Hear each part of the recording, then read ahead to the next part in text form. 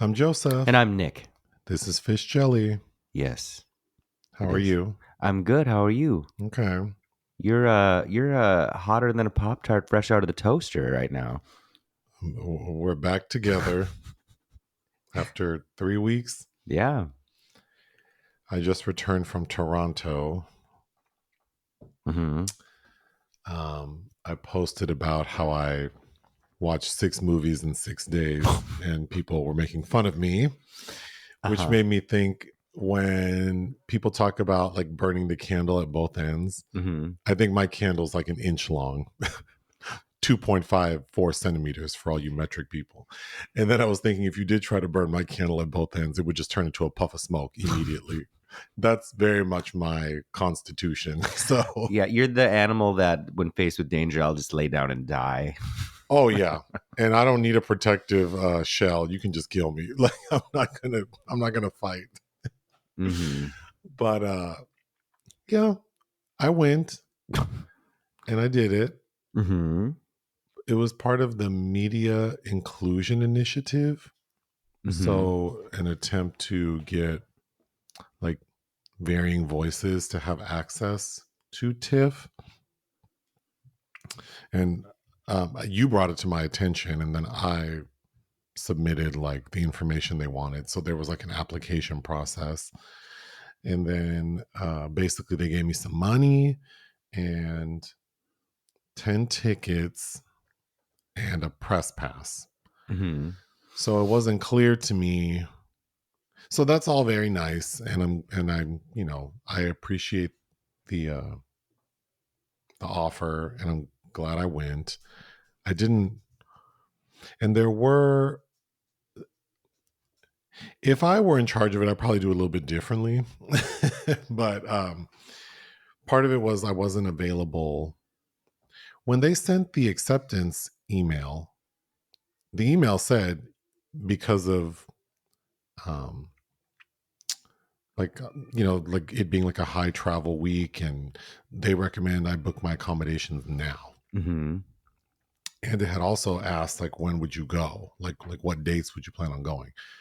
So I booked my trip for the dates that I had said, and then because the email once I was accepted said book your travel immediately to avoid higher costs, I did. And then maybe like 2 weeks later, I'm like, there's this onslaught of emails and calendar invites and all these like mandatory in-person things, and they were all like days 1 and 2 of the festival, which was like, well, it was frustrating because had I known that the expectation was I'd be there ready to like hit the ground running day 1 of the festival, I would have moved my trip almost like an entire week sooner.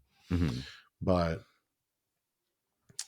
so that was a little frustrating. And then maybe because I'd missed some things, and maybe because sort of the mandatory introductory like Zoom meeting wasn't super helpful. It was basically like the most awkward like round robin introductions that lasted like an hour and a half, but which don't work well with your coworkers. So it definitely didn't work well with these strangers. And I was kind of surprised that some people's ability to communicate, considering they want to be press, was minimal. So yeah, well, the people that are actually supposed to be legit, I have questions about those people usually too. But based on the people I see at press screenings in LA, I mean, it makes sense that they write. They got a face for radio. Yeah. Well, I don't even think they're hearing them speak. I wouldn't want to listen to them either. No, but that used to be a popular saying, right? Yes, I know. But I think they have a personality for the pen, because the quill. The quill. I think they need to be quiet and stay off camera. But so I didn't know much. I didn't understand what the press pass was for. So then I was given like a very strict time to have access to book my 10 movies. And only like 5 of the 10 I was supposed to see were available to me. And those selections were based off films you had already seen. So the plan was to watch movies you've already seen in Venice. That way we could talk about them. But yeah, half of those Well, more than half actually, because you had provided a list of like 20 films, and of the 20, only 5 were available. So Keep in mind, dear listener, that Joseph did not ask me for to help him understand what press passes and how rush lines worked. I assumed they would have explained all that to you, but I could have helped you out too. well, I'm a high functioning individual who's quite Yeah. smart, and I just felt like this. I don't know. I mean, there were a lot of emails. Did I read them all? I don't know. You also Maybe not. use any little inconvenience or And I give up excuse you will very give up. easily. Yeah, I will. Because I was like, oh, you should definitely rush films because you can really get in. And you balked at the length of the rush line, but you have to remember those lines are for all whatever showing in the venue. It's not just for that one title. Right, but I stood there and okay, so first of all, I was frustrated that I couldn't get the tickets I wanted to the shows I wanted to see, which to me feels confusing because it's like, do you want people? I don't know. To me, it's like, do you want me to watch your movie? I don't know. Sure. But the rush line was very long and it didn't move. So that's what concerned me. So then it's like, how early do I have to get there to see the movie I want to see? I'd Like say hours. 1 hour Ain't is no way. pretty good. Ain't no way I'm waiting an hour for the possibility of seeing Again, a movie. I don't do rush lines anymore because when you have press pass, you're just like, I'm just gonna, or Well, they told me it doesn't matter if you have a press pass. You still have to wait with the public, except that if you get in, you don't have to pay. Because you are going to public screenings, not except they have separate press screenings. So that whole thing didn't work for me. Period. Mm-hmm. The vibe of the festival, I didn't mind it. I mean, people seem really like, well, I also don't like this high strung manic over shit that doesn't matter. Like, you don't have to watch this movie today. Like, see, I don't know. To me, it's not that serious. Like, I could watch the shit 2 months from now. I don't care. I grew to really dislike seeing public screenings at Toronto because usually that happens at the end of the fest when all the press screenings have ended, because the press screenings usually dissipate because press leaves a week into the damn thing. And that's when I had to interact with all of the public that's like, what's your favorite movie? And I'm like, I don't want to talk to you. I did try being positive for just a minute. I did get to meet several people who listen to our podcast and watch our YouTube videos, and they were very, very nice. So that was a highlight. But yeah, well, thankfully, no one, I mean, not a single person spoke to me outside of those moments. Like, no one asked me like what I thought of this or. Oh, really? See, I feel but I noticed that people asking other people like, oh, what outlet are you with? Blah, blah, blah. No one asked me anything. So I guess that was okay. But yeah, the vibe, it was a little stressful and manic for me. It's also conveniently everything's kind of close together. Yeah. But as a result, it's just like you can get wrapped up in a bubble. Yeah. Now I was able. The other thing too is, at this point in my life, I require certain things. I'm not going to be uncomfortable. So listening to other people talk about their experience, like their accommodations, where they have to stay in order to save money, would not work for me. And or also like them staying very far away because it's cheaper. And so they just spend all day, all night at the festival. Oh yeah, no. I was literally like a block away from the theater. So that was very convenient. But yeah, I don't want this to discourage anyone from inviting me to go to a festival, but I think it would have to be like, it would need to be convenient and like whatever movies you want me to see. That's the other thing. Just tell me you'll pay for my hotel to go to some festival and tell me you want me to watch these 6 movies and I'll just go watch them. How about that? I don't think that's usually how that works. I want to change the game. Why don't you? Well, because if you're going to pay for me to go, then you should be able to choose which films I review. Well, usually the people that are going to festivals are enthusiastic about going, and therefore will want to see more than what's because that's called going to, like, when I go to Venice or Cannes or Berlin, everybody watches all of the competition films. Like that's kind of like that's the ones you're supposed to focus on. And then if you're enthusiastic and like experiencing other things, you see all the sidebar shit. Well, as a businessman, I think I would put it out there that if people want me to review these festival films, I mean, a sure way to do that would be to say, here's a hotel for you that's convenient. And would you please review these 6 movies? That, guaranteed I'll do that. To me, that would be a more, that would fit my personality more because I'm not enthusiastic about, because the other problem is I don't know, like you look at the lineup and you recognize all these directors and actors, and Mm-hmm. so you have a sense of like what would pique your interest. Unless I recognize an actor in the photo, there aren't many directors who I recognize their name that I would get excited about. Mm-hmm. So it really would, I probably would enjoy more going watching random things I've never heard of and just knowing that these are the 6 I have to watch, Uh-huh. or 10, or whatever they try to make me do. But some side topics related to TIFF. Anytime we make videos on Zoom, I get comments where people are so confused while we're not together. Uh-huh. Which I find funny because many of the people on you, like a lot of these duos on YouTube who make review videos, they're not in the same room. Mm-hmm. So I don't know why it's so odd that occasionally we're not in the same room. Yeah, it's not that often, The really. answer to the question is that we're not in the same space. That's at that moment, and that's why we recorded it on Zoom. Um, and then sort of a hard segue, but only because when I'm in LA, I don't ever use rideshare because I don't go anywhere that I can't drive, and I don't go out, and I don't drink and drive. But Mm-hmm. when I'm not at home, so like going to DC and Vegas and Toronto using rideshare, so like Uber and Lyft, Mm-hmm. I just have to say these rideshare cars have gotten nastier and nastier.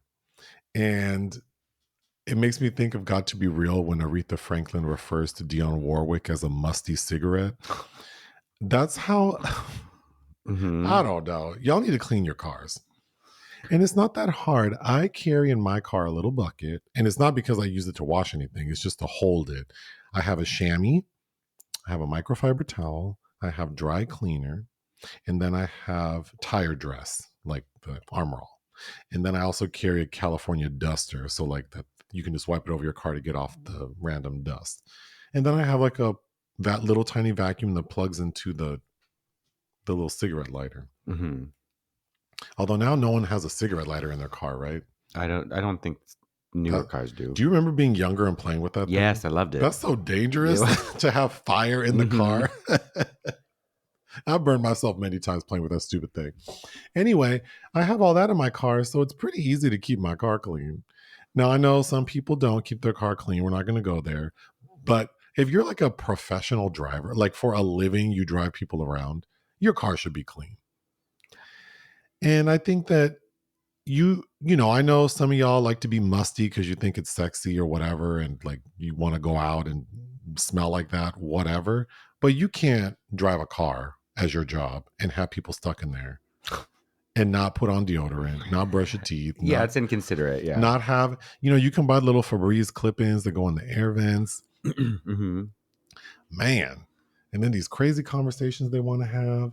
And then Uber Black and Lyft Black are the worst. And because I use that at the airport, Mm-hmm. because at LAX you can't. Oh God. If, LAX. if you don't take a black card LAX, it can take over an hour to get a lift because you have to go to like a satellite location. Mm-hmm. So that's the main time I use it. But all of those guys always smell like ashtrays.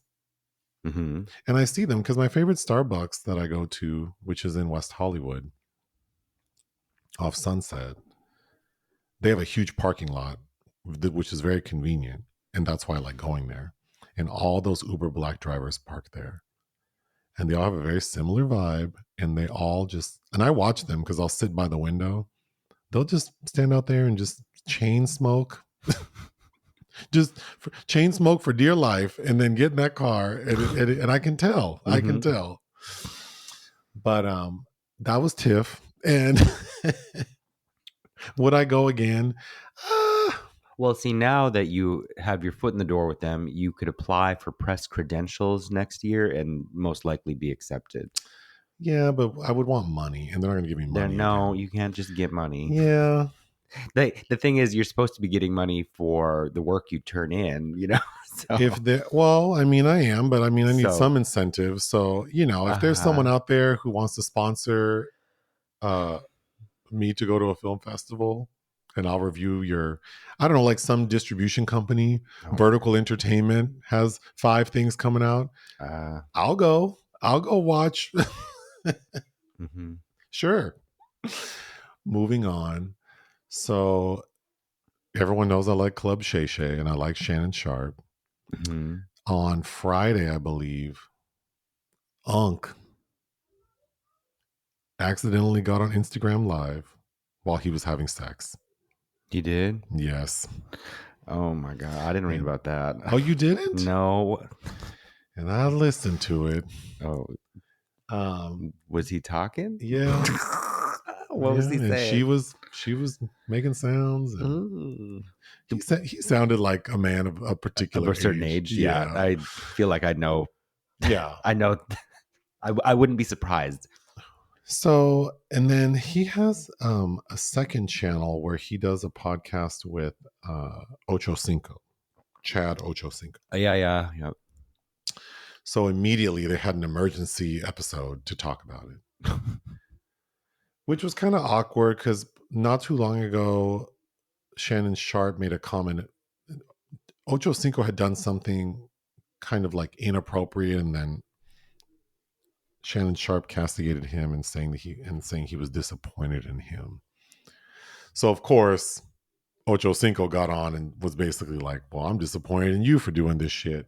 But ultimately, you know, many people have sex. I know not everyone, but many people do. It's not an unnatural thing. And, you know, he was engaging in an activity with a consenting adult. And I believe that he did not intend to go live. He had never gone live before. So he just hit a but button? Then of course people are making fun of him, like, because to go live is not just one click. You have to like click multiple things to get there. Right. But who knows? I mean, I've butt dialed many times and don't even realize how that happens. So, and granted, that's just 1 or 2 things, but like taps or swipes. But I mean, I don't know I don't know what to say about it except like I don't think he did it on purpose. And a lot of people have sex, and what he was doing wasn't inappropriate. Like, he's not married, or he wasn't cheating on anyone, or he didn't say anything untoward. No, okay. She's just like, yeah, baby, you know, just like and then, you know, a lot of grunting, and then clearly he's finished. Okay. I don't know that she was, but he was.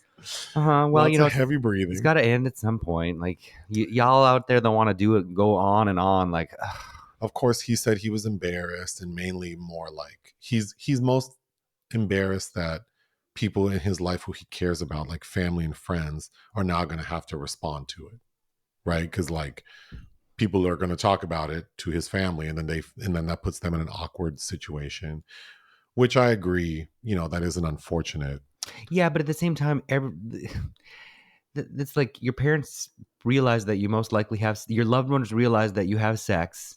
So it's inappropriate for people to approach your family and try to talk about it, because otherwise it's just like well, it's like a lot of the people. There are a number of people on Instagram who I follow who are either like they have like, you know, all of a sudden they're like, I have an OnlyFans, and then now they have this alt account and they're posting like very thoughty pictures, or they have that close friends thing, and it's like I've noticed a couple of times people posted what was supposed to be a close friends thing to their general.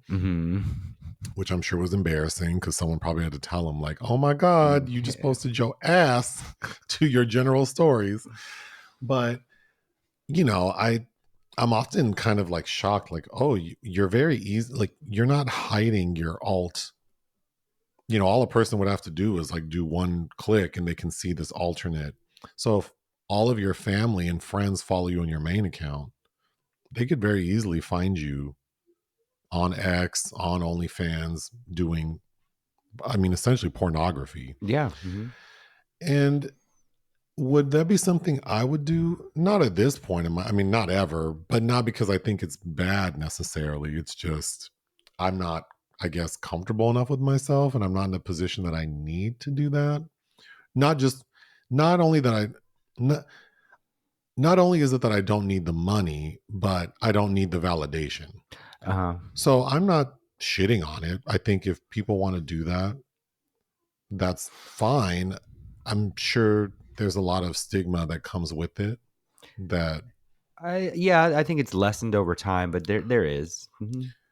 I don't know that I would, you know, I mean, if I were single and would I be inclined to date someone who's like an OnlyFans content creator who does pornography? Probably not. But Well, I don't. To me, you're performing all the time, and I don't like. I mean, personally, that's not something that I like. I don't want it to be having to think about the presentation of yourself at all times. Like in any kind of content creation, it's a lot of work, and to me, that just like the thought of like an OnlyFans, that's how it sounds exhausting. every person I know who does pornography, meaning like either, I mean, mainly like OnlyFans, but also like they actually do like real porn videos. Mm-hmm.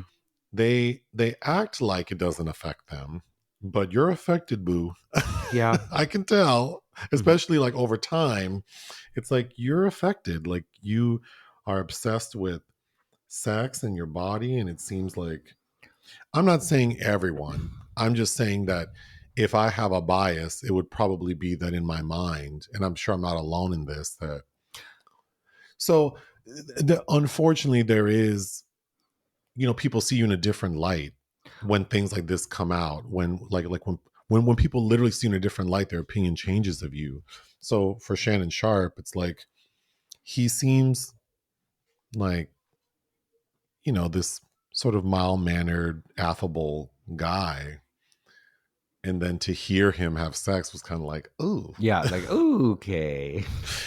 It's like But Samuel Jackson liking all that shit on Twitter. I know, but I don't look down on him because he's an adult who clearly is sexual, and I don't think he's not, and he's not. He also doesn't do content that's like for children, or Hmm. he's not like a religious figure. So I didn't not think that he's sexual.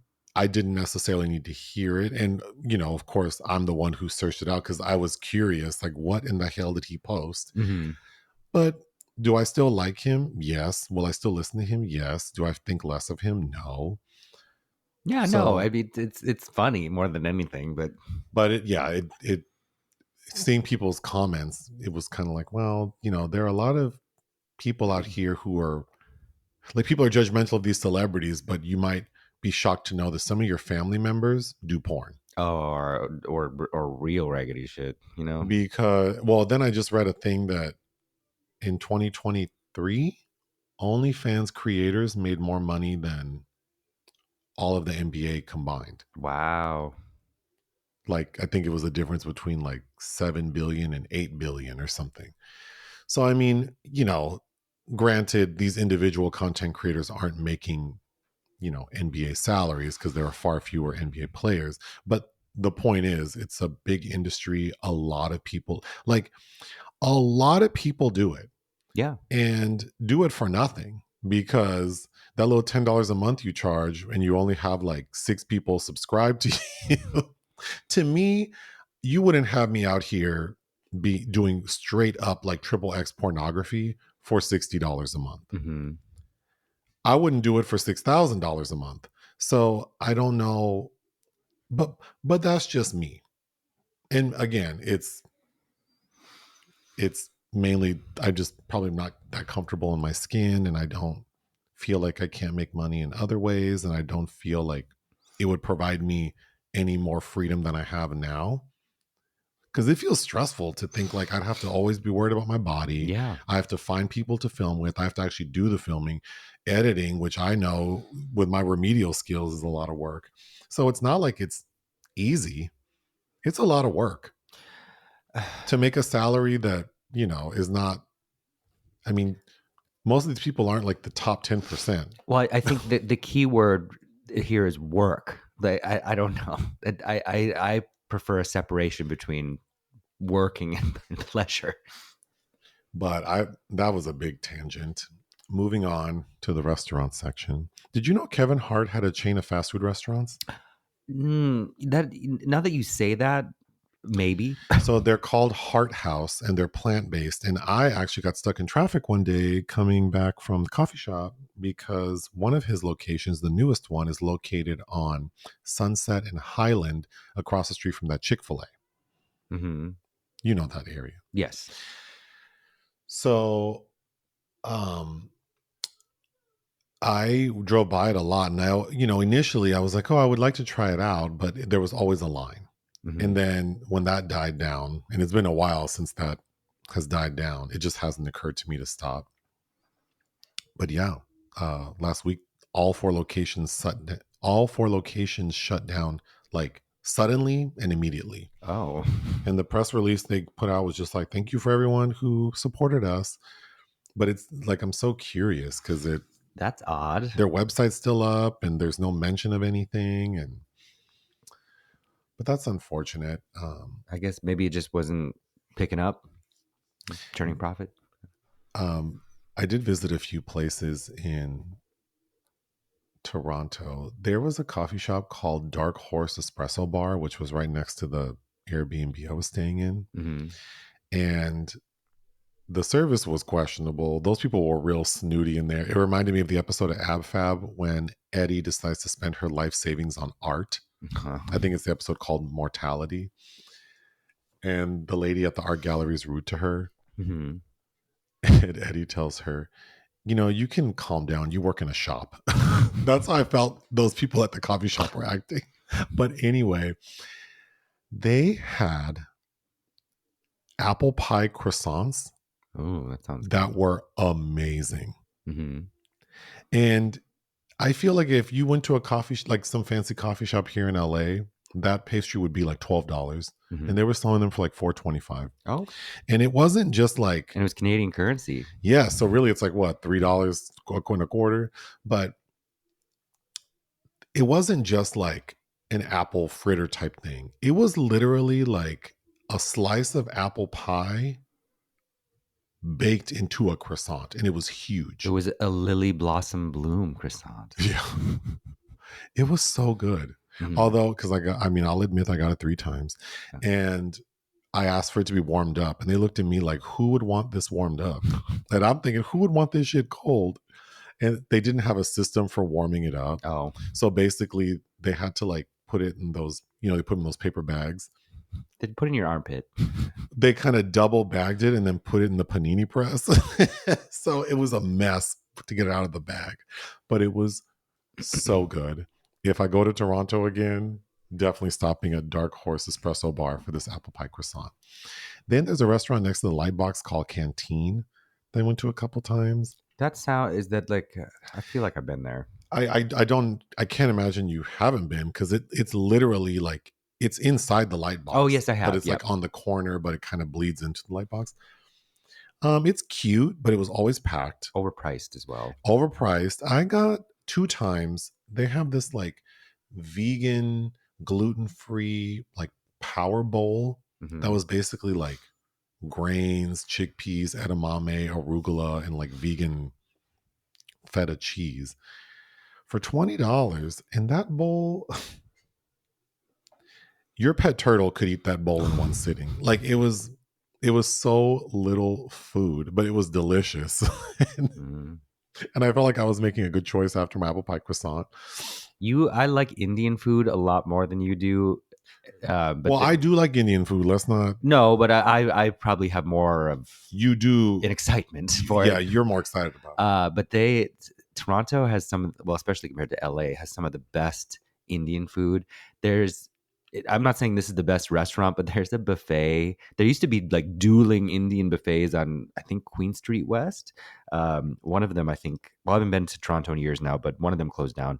But oh my God, I was so happy because I could get as much gulab jamun as I could it. You possibly talk want. about that Indian restaurant so much, I which is love it. so funny to me. You know what it is about Indian food?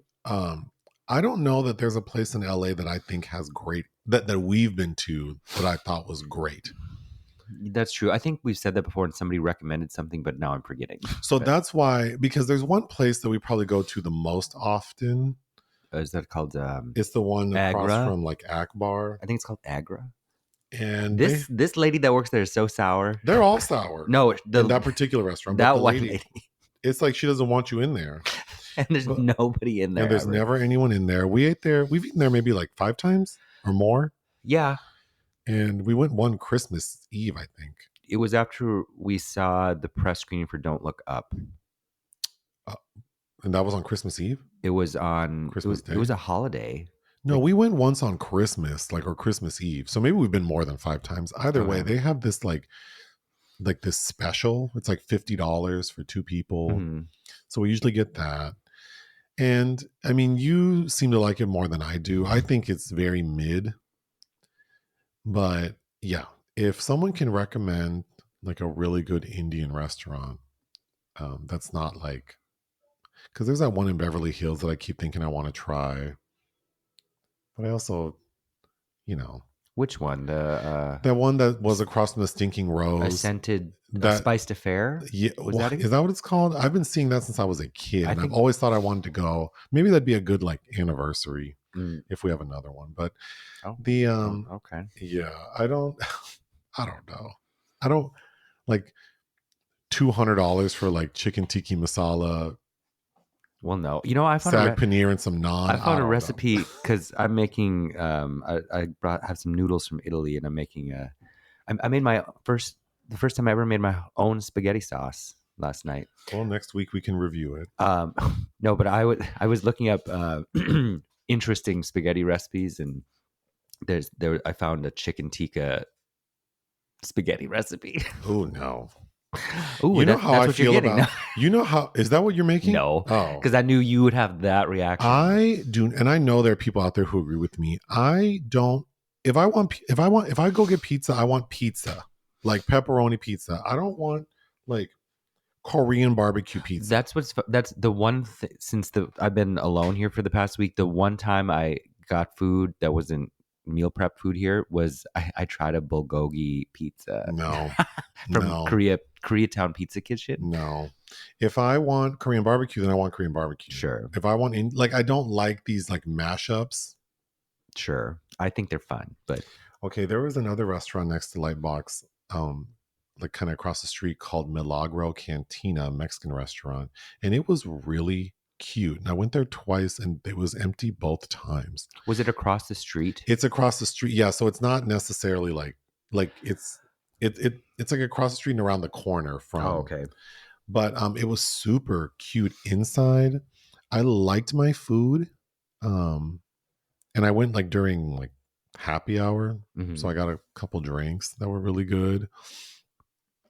But after I ate there twice and then there was no one in there, but then all the other restaurants are packed, then I was concerned because I don't see on any of the restaurants in Toronto like the health board ratings. So then I thought, I wonder if people know something I don't know that I don't, and that's why there's no one in these restaurants or this particular restaurant.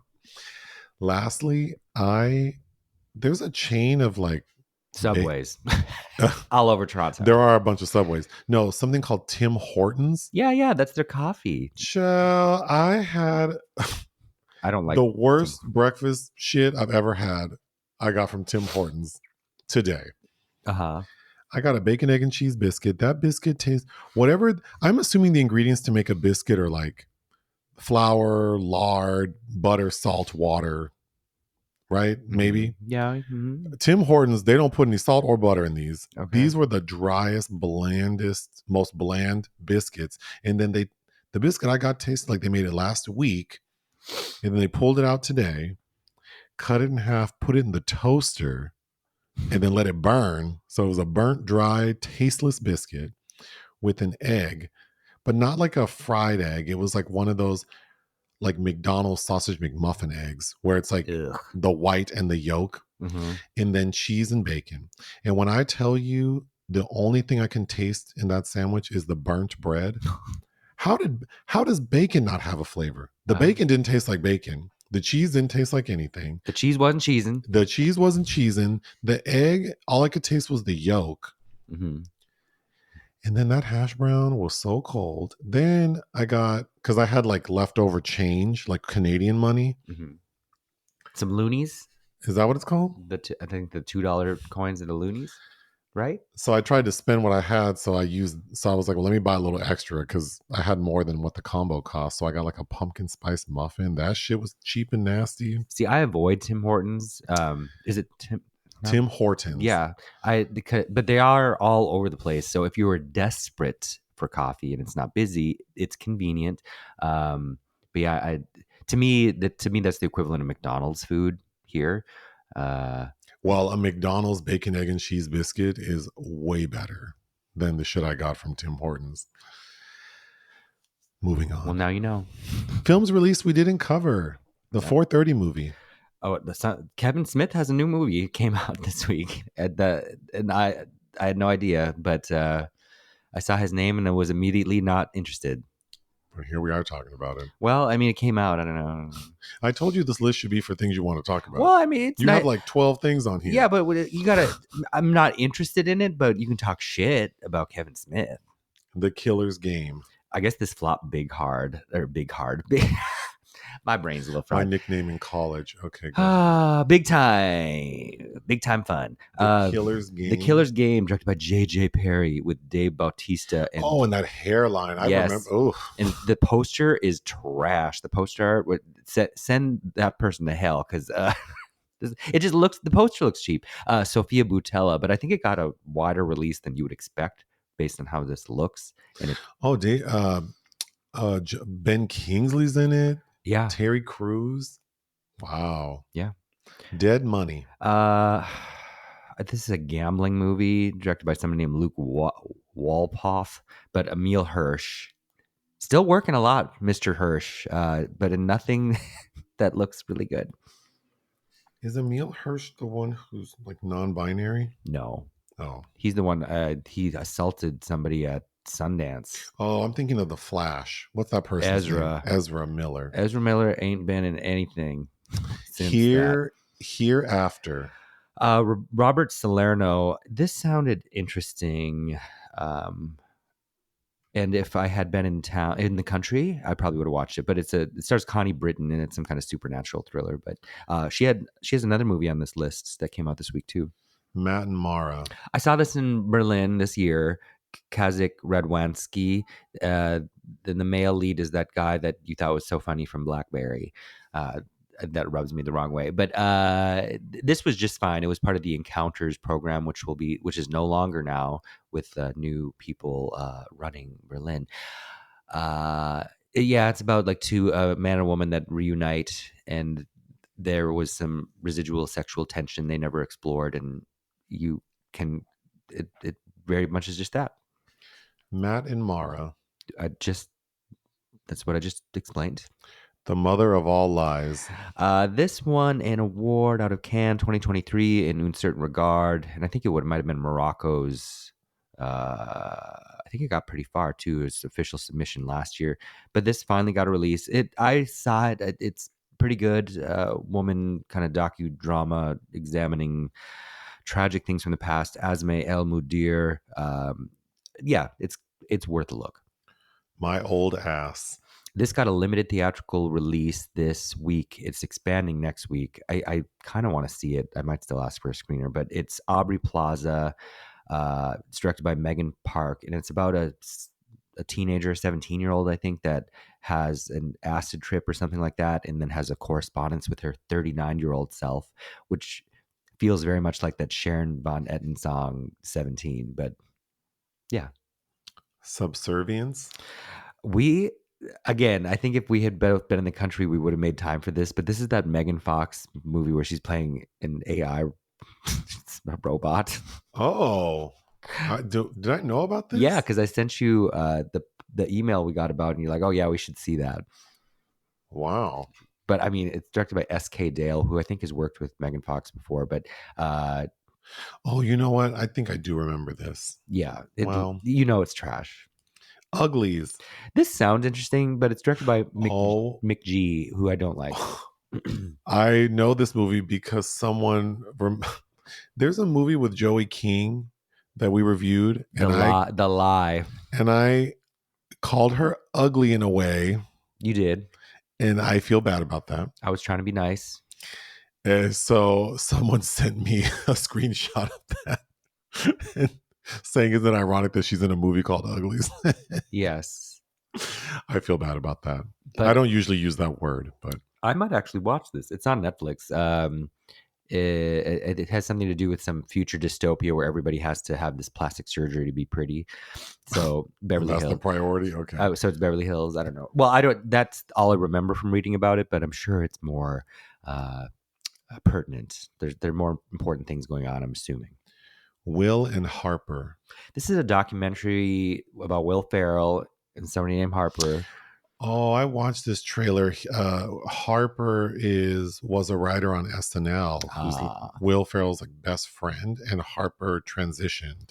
Okay. So it's like a road trip journey with their new trans friend. My new old friend. Or my new old friend. That's what I meant. It's directed by Josh Greenbaum, who I was quite charmed by Mr. Greenbaum's last motion picture, which was Barb and Star Go to Vista Del Mar. So I did probably one day, maybe. I like Will Ferrell, so I'm sure this is a charming, heartwarming documentary. Sure. Lastly, Winner. Susanna Fogel directed this, who I've seen several of her previous films. And what was that last one that was at Sundance that people loved or hated? Cat something. Amelia Jones from Coda is playing Reality Winner. Oh. So there's another movie about reality. Because we reviewed one with Sydney Sweeney called Reality. That's right. Projects of interest. Lars von Trier has a new project. Yeah, it's very exciting to me. It's called After, and of course we'll know probably nothing about it till whenever it premieres at some film festival. But he had developed Parkinson's, so his last motion picture was The House That Jack Built in 2018, and then of course he did a third season of The Kingdom, which I saw in Venice, which was a grueling screening to sit through 5 hours of that. But he said he's working on something. So apparently he's got the right balance of medications and not drinking anymore.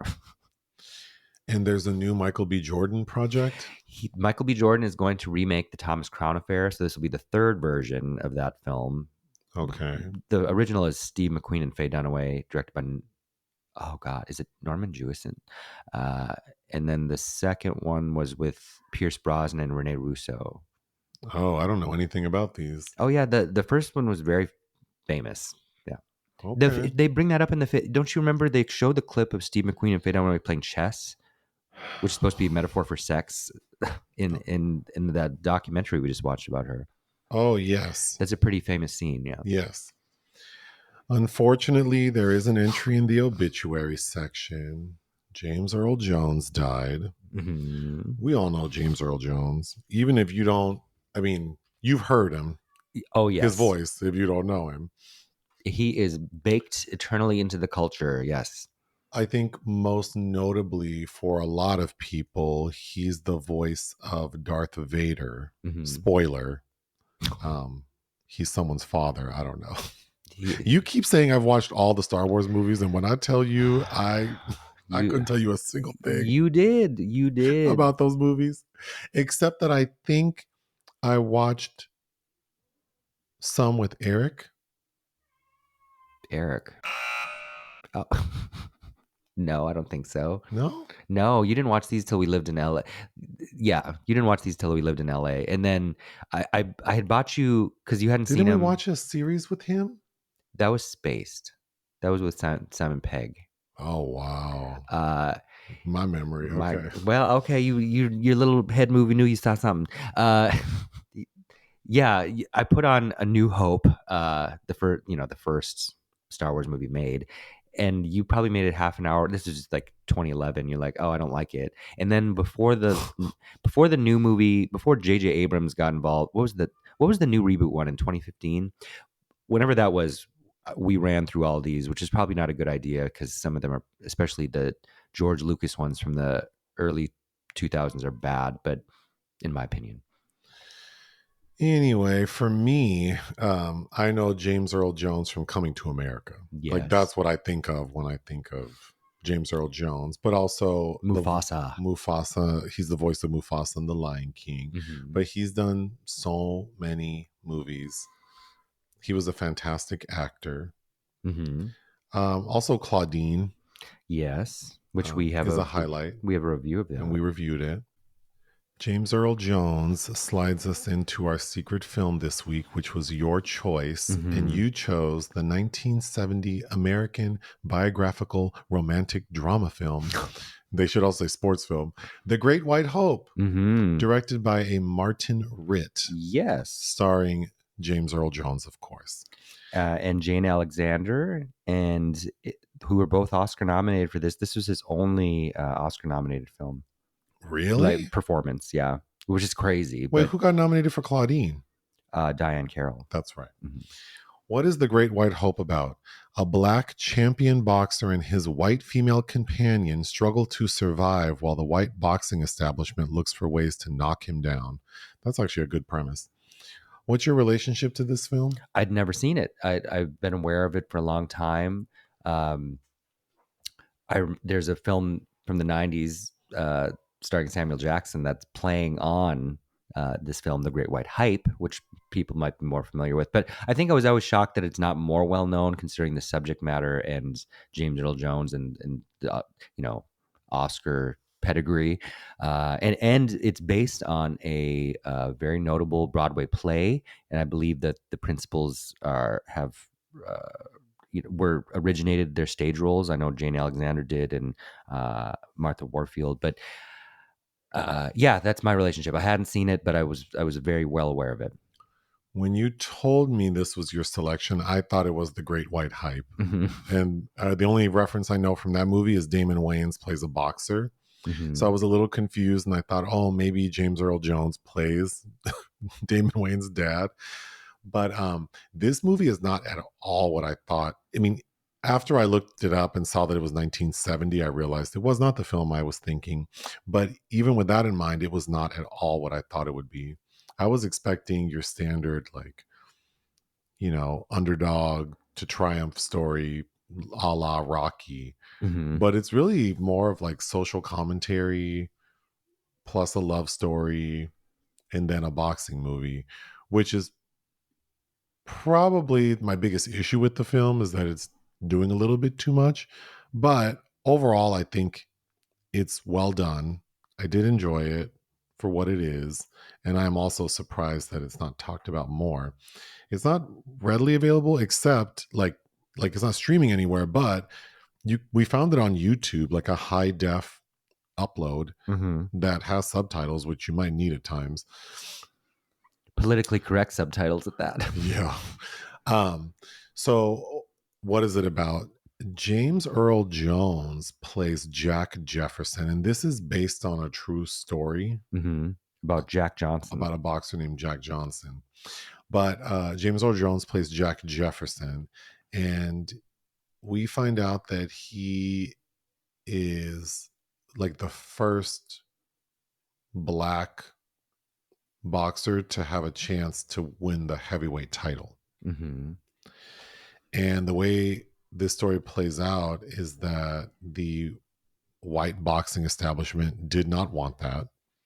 And so, with the help of the federal government, they try to take down James' character. And they do so by charging him with something called the Mann Act, which is basically like his white girlfriend, Eleanor, played by Jane Alexander. It's like they're making it seem like he took a prostitute across state lines. I was very confused by why he was charged or what he was charged with, but he ends up getting convicted and gets 3 years in prison. But he's out on bail until he has to like show up, because I think he's gone to trial, but like he's waiting for sentencing, so he's out on bail, something like that. And James decides to flee the country and ends up in London. And in London, they're like, well, we're not going to extradite you, so you're welcome to stay here, but you damn sure can't box. And that's all he knows how to do to make money. So then he goes to France, but they don't like his ass there either. So he ends up in Mexico. And the way it's painted out is like he's essentially homeless, like living in squalor. And Eleanor, his white girlfriend, and I'm saying white repeatedly because it's very integral to the story. Oh, yeah. She has stuck by his side. So she's not happy at this point in Mexico. And she's really trying to encourage him to take the deal that's been brokered for him between his manager, a promoter, and the government, which they're referring to as the Bureau. And this deal is that, so the boxing establishment didn't want a black man winning the heavyweight title, but the government's concerned that he still has enough success that Black Americans are going to start to think that they can be successful. And we can't have that. Jeez. Can't have that. And then because he evaded doing prison time by fleeing the country and not being extradited, the government's concerned that other blacks will do that. So they want to make an example of him and knock him down a peg. So the deal that they've brokered is that they're willing to drop. At first, they'll reduce his charges, and ultimately they say they'll drop his charges if he agrees to this big fight against a white boxer and throw it. So the final scene of the film, like a lot of boxing movies, is this final match, and they decide to have it in Cuba. And it would seem by the 11th round that James might actually not throw it. Like it looks like he wants to win, and he's beating up the guy. But then in the 12th round, he gets knocked out. And it's not clear if he legitimately got knocked out or if he decided to go ahead and throw it. He got knocked down, but he got up again. But the final shot is James walking away, having lost the fight. So presumably now he has his freedom back. And you missed a kind of right.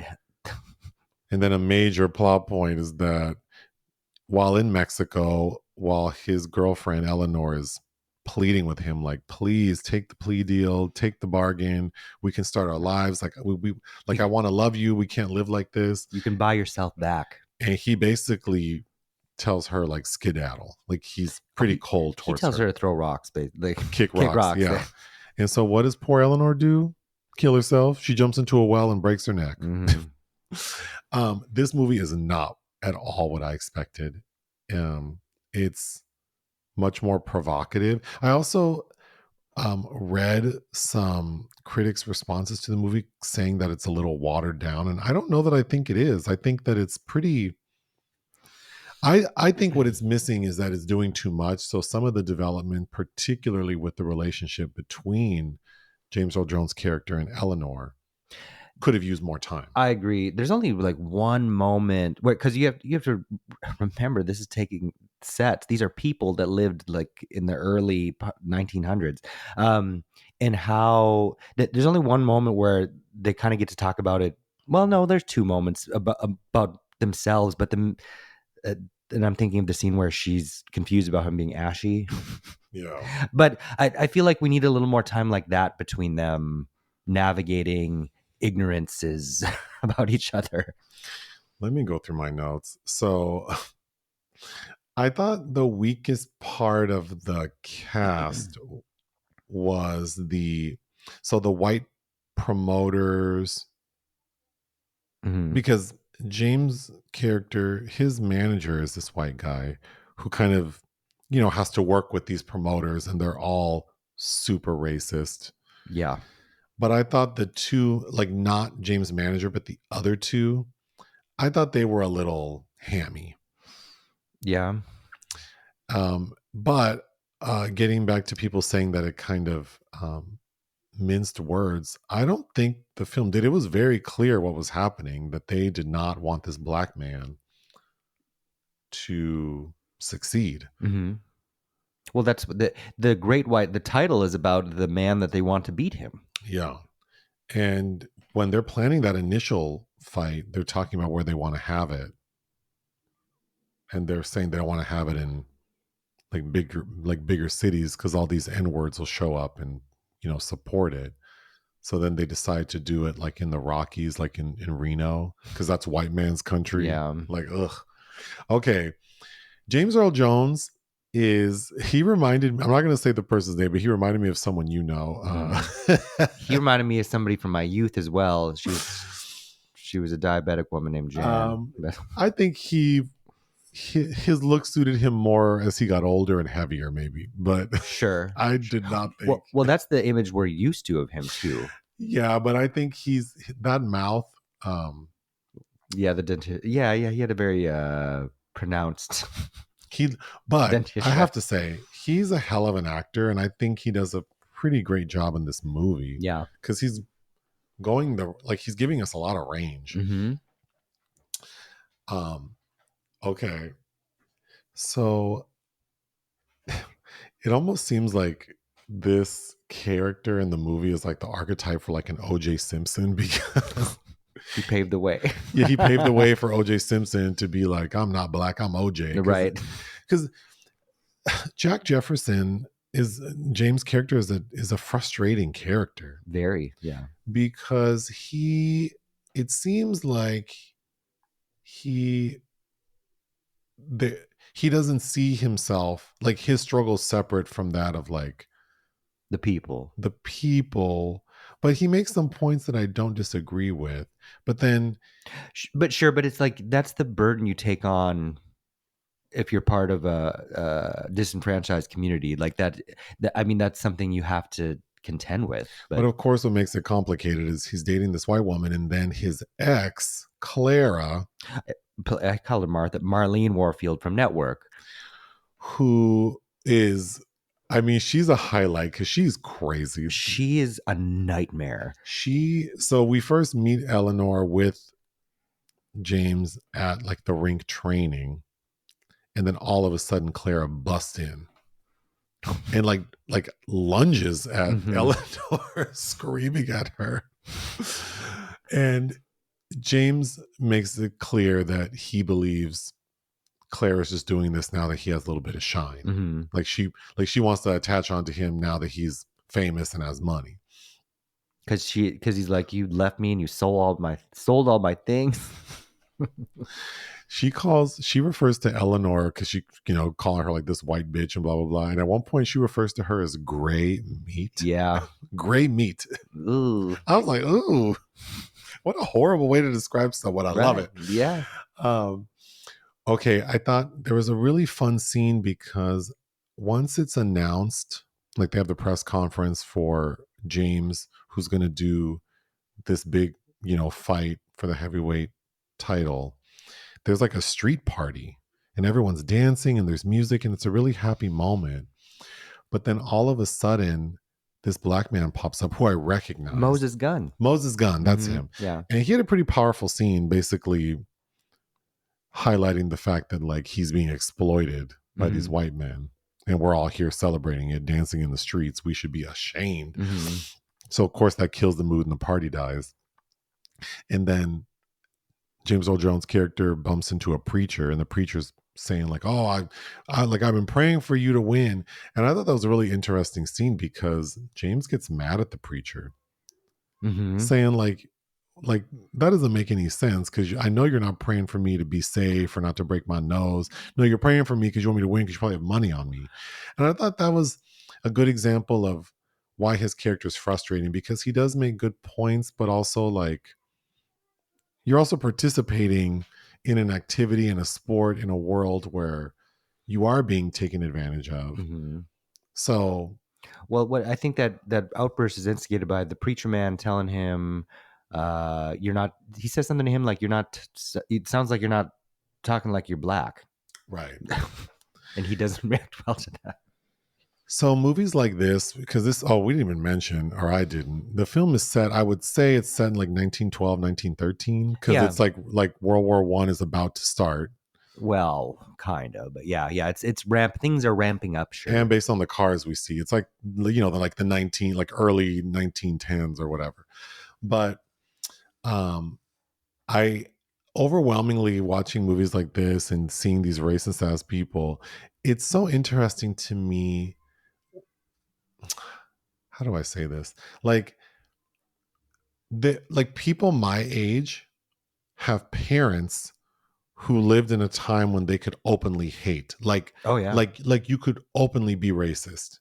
I mean, well, people are now too, but it's not. Well, It's that's what I not was gonna support. It's not say. supported. Yeah. Well, no, it is supported. It's just Well, the language is yeah. different, Yes, euphemisms are used. you know? Because Mm-hmm. even all this shit about the Haitian immigrants eating pets, like that, that's being spun in a way that, like, there are all these like covert ways to show racism, Yes, but right? And there are many iterations of it throughout like the decades. But it's just so like we're not that far removed no. from. My father had pictures when he was a kid that he had kept, and he had them in this book that I remember. Like my father, like me alive today, sitting here, my dad has pictures because he grew up in Louisiana of colored only water fountains that he would drink from.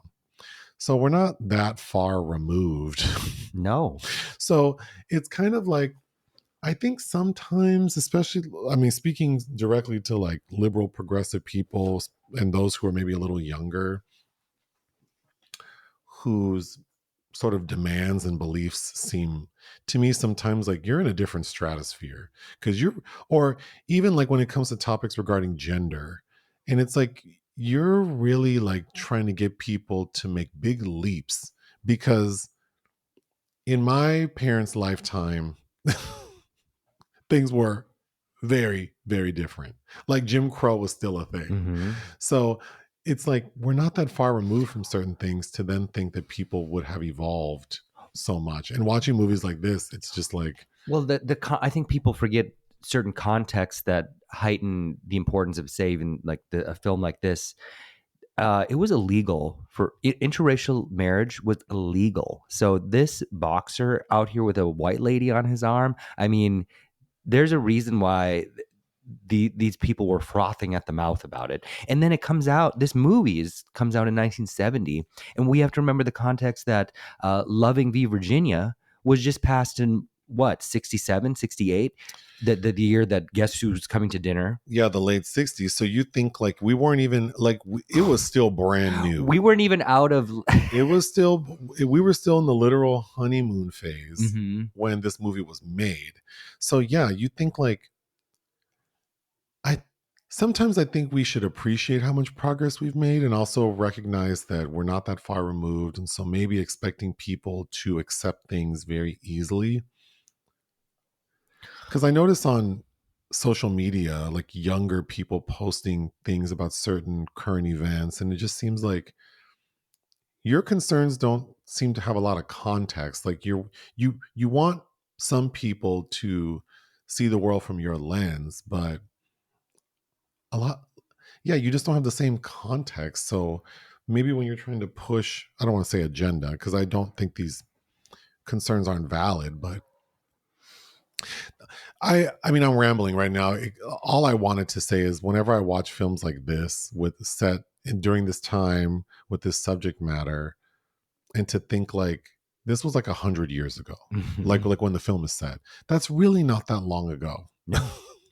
Uh-uh. So the kind of progress we've made is pretty remarkable. Well, think about James Earl Jones in the context of this, who's born what, in the 30s, Right. and then getting to play this character at this time. I mean, Right. yeah. If you start to peel back all these layers, it's just so messed up and fascinating and like this. Yeah. A really crazy scene is the district attorney is talking with like some people. It was not clear to me like who these people were. There was like a black doctor, a bunch of white people, and they're all saying like we can't let Jack Jefferson succeed. What are we going to do? And telling the district attorney like you have to like arrest him for this. And it's Mm-hmm. like, well, he hasn't committed a crime. Like Mm-hmm. we can't arrest him. And they're like, well, you better find a way. So his first approach is he calls in Eleanor and basically he's interrogating her. He's being gentle with it, but it's very clear that he's trying to get her to incriminate James Earl Jones' character by implying that maybe he coerced her or maybe like committed sodomy, which is Yeah. illegal. And she's hip to the game and she's very loyal to her man. So, of course, she doesn't fall for it. Did you recognize that man? No. That's Hal Holbrook. From what? Oh God, all kinds of things. And I think his son or his grandson, Boyd Holbrook. You know Hal Holbrook. I mean, I didn't recognize him in this You movie. you probably recognize him more as an old man. He was in a ton. He's in Creep Show. He's the one that is married to Adrienne Barbeau that feeds her to that thing in the box. I remember her and Okay. her drinking milk and whiskey. Call me Billy. Anyway, he ends up getting him on the Mann Act, which is supposed to be, like I said, like prostitution. But then clearly she's not a prostitute and she's like that whole aspect of how they got him hemmed up. I feel like it deserved a better explanation than what the film gives. But pun intended with the Mann Act. Yeah. But a cute scene right before they bust into his house and arrest him. James and Eleanor are in bed. Mm-hmm. And they're being cutesy and she's like, wait, are you not feeling well? You look weird. You look off. And he's like concerned, like, well, what? Like, I don't understand. Why? No, I'm like nothing. I feel fine. And then he realizes, he's like, wait, are you talking about my skin looking kind of gray? And she's like, yeah. And he's like, bitch, I'm ashy.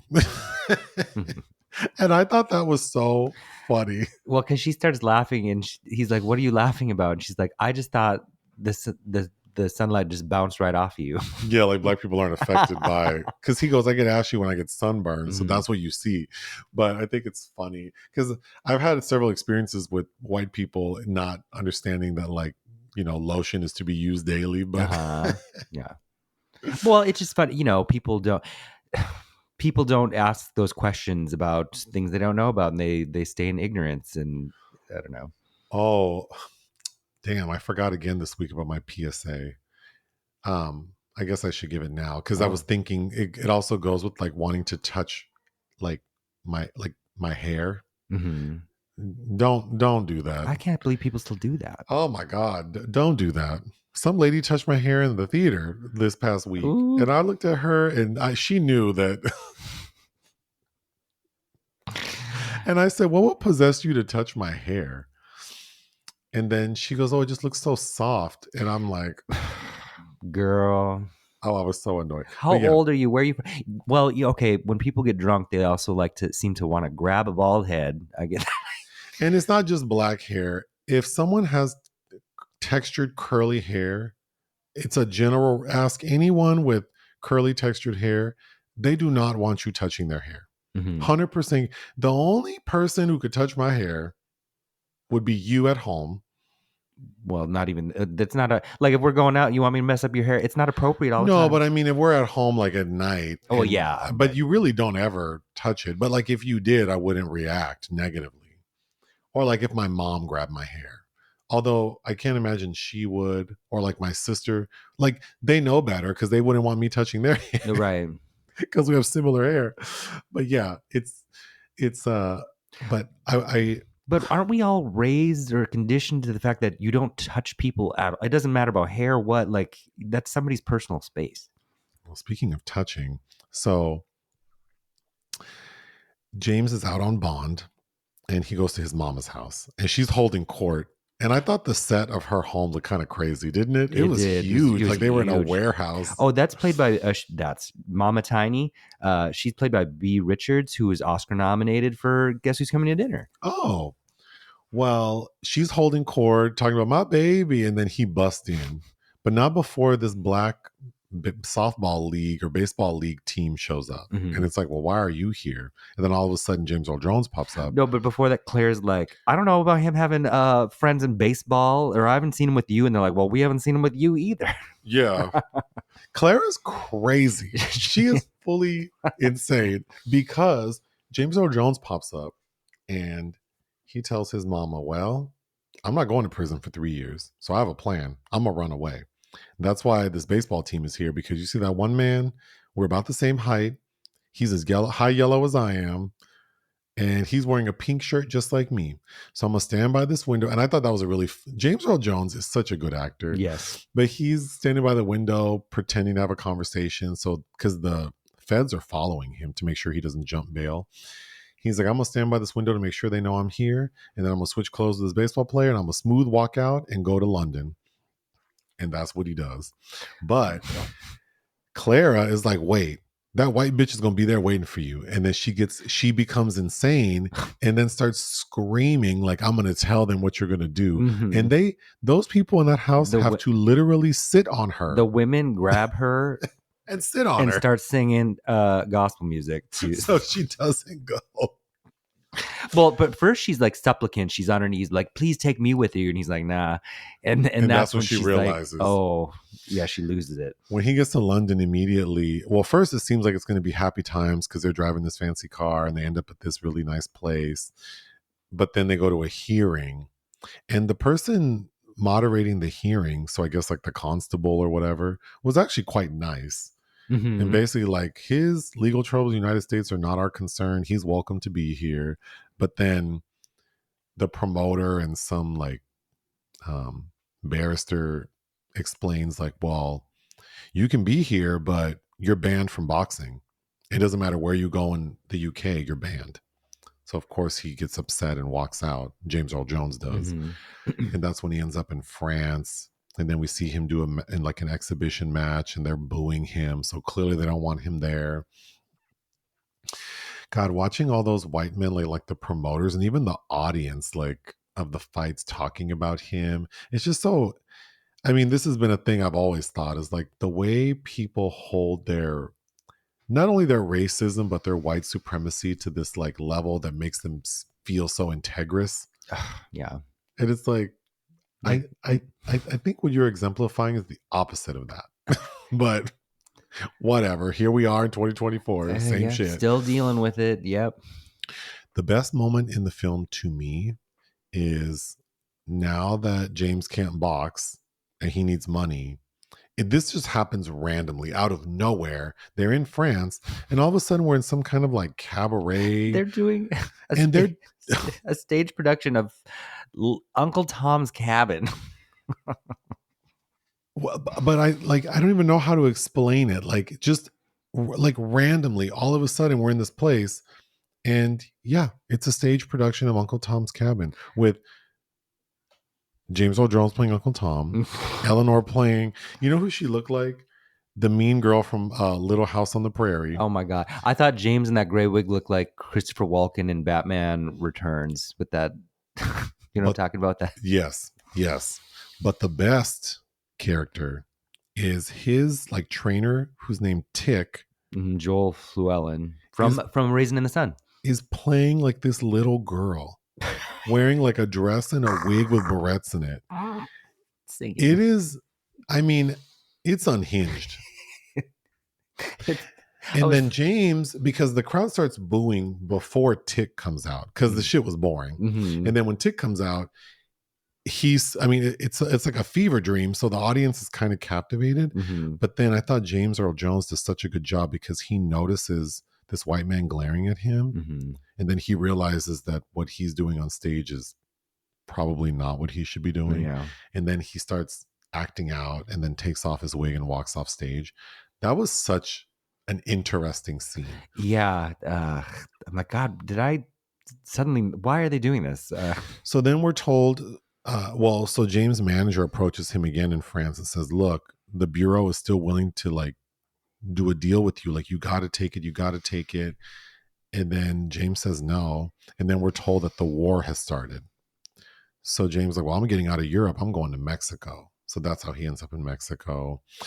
Okay, this is where things get really bad because this is when we see how fractured Eleanor and Jack's relationship is. And I think I was a little, it felt like, I don't know that I understood. We really don't get anything about her. We just know that she was divorced. She had to go to Australia to get a damn divorce, and that's all we know about her. I guess her loyalty to him and how much she loved him escaped me until the very end when she's so distraught about him basically breaking up with her that she kills herself. It felt very jarring. Well, I believe there are moments where, because towards the beginning, he tells her it's going to get worse. Are you sure you're here for that? And she's like, I'm going to follow you wherever we go. And I think that kind of a relationship at that time is also, there's a trauma bonding component to that. And then, she's sacrificing something as well. And then when he abandons her, to me, of course, it's talking about it sounds melodramatic, but I feel like I can also understand her headspace uh, at that moment, even though it's kind of a jarring transition.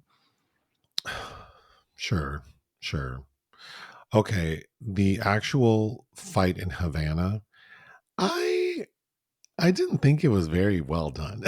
Yeah, I don't it's kind of boring. It's boring and I don't think the fight choreography, I mean granted, in this 1970, but we've definitely seen better boxing. Yes. It just looked like two men flailing at each other. And these are like Well, I mean, I heavyweight, don't, like sure. professional boxers. Mm-hmm. I, I didn't. Also, I was confused because James Earl Jones' character gets knocked down more than 3 times. So then I thought after 3 times you're done. No, it's you have 10 seconds to get up. You can get knocked down all the time, but you No, I thought a KO means you can't get up after before 10 seconds, and a TKO, a technical knockout, is if you get knocked down 3 times, it's donezo. Oh, I don't You can't know. just keep getting knocked down, But you can get, right? Am I yeah, I don't, wrong? what technical knockout? That's what TKO stands for. I only know that because on my Nintendo I had Mike Tyson's That's when they can't continue. Like they think they can continue, but the referee's like if they're bleeding profusely from their eye and he's like, I can't let you go on. That's oh, a technical okay. knockout. No, Okay. you can get knocked down a whole bunch. You just got to get up before they Okay, reach the so count. then I don't know where I got it from that once you I assumed in boxing if you got knocked down 3 times, like just stay down But because if you think about it, these fights would be over so quickly then, and people couldn't make all this money off these events. So yeah, wow. Anyway, I thought the fight was a little weak, but an interesting component of the fight is so the initial boxer who James Earl Jones' character was supposed to box, it never happens because James gets in trouble for because of the Mann Act. But then we hear the white promoters say we want to keep it in the family. So they get that same white boxer who is supposed to be the great white hope. mm-hmm. They get him to be the referee of the fight. Mm-hmm. I thought that was an extra burn. Oh yeah, yeah. They these people, they want to get you any way they can. I don't have anything else to say about the film. Do you? Well, we didn't talk about Martin Ritt at all, Who's that? the director. Oh, shoot. What do you know Martin Ritt from? Well, Martin Ritt directed a lot of really good films, and a lot of people were nominated or won Oscars for working with him. Of course, a white man, but he was known for being very socially sensitive. To me, he's kind of like a subtle Stanley Kramer. A But subtle Stanley Kramer. because Stanley Kramer did a lot of message movies like Guess Who's Coming to Dinner, and those all felt very like the message is in all caps, bold all the time. This because right after, well, not right after, yeah, he did Sounder after this with Cicely and Paul Winfield. He Cross Creek, that's the movie that Alfre Woodard has her only to date Oscar nomination for. But Norma Ray, I think Patricia Neal won for HUD. Yeah, I don't know. I think he's a pretty interesting consistently pretty great director. What would you give The Great White Hope? 3.5. I think it's very good. I would give it 3.5 out of 5. Mm-hmm. No, I had mentioned that I try to give this PSA once a year, and it probably makes sense to do it um, at the beginning of the summer, but I'm going to do it now.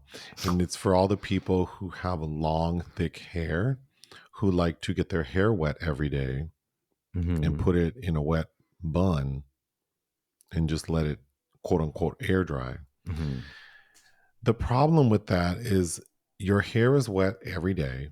It never gets a chance to fully dry because you're also sweating. And what happens is you end up developing the bacteria that causes the mildew smell. Mm-hmm. So stop getting your hair wet every day and not drying it and putting it into a bun that stays soaking wet all day because it smells really bad.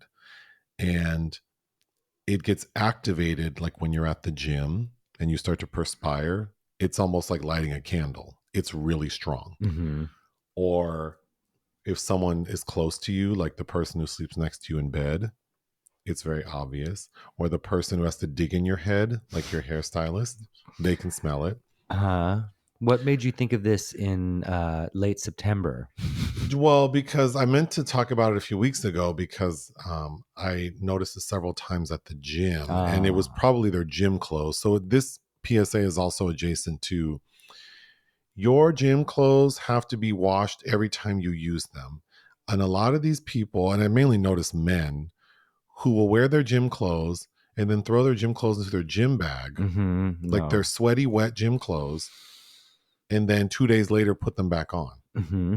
And you smell like mildew. And again, if you don't know what mildew smells like, if you've ever done laundry Dishes, and then left the clothes in the washing machine for 4 days and forgot them, or your sponge, like your for your dishes, like the smell it gets after a while because it's always wet. That's what mildew smells like. mm-hmm. And a lot of y'all smell like that. If you're gonna wash your hair every day, you need to dry it. You can't.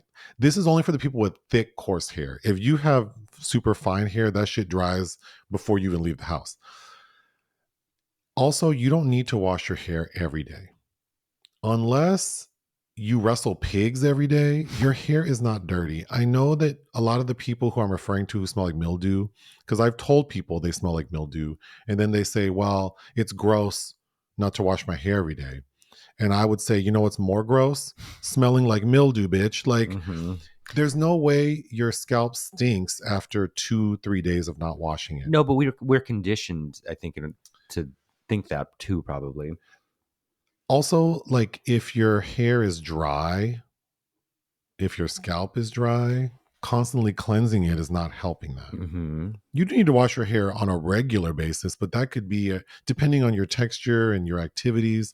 It could be every other day. Some people wash their hair once a week, but yeah, to wash it every day, to just put it into a wet bun, no.